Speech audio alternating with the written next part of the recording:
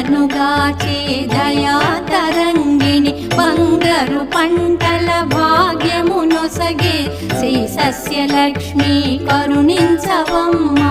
జయ జయ శ్రీ హరి హృదయ నివాసిని సురధర మునీంద్ర వందిత జనని పంకజవాసిని మంజుల భాషిని శ్రీ మహాలక్ష్మి నమోస్తుతే.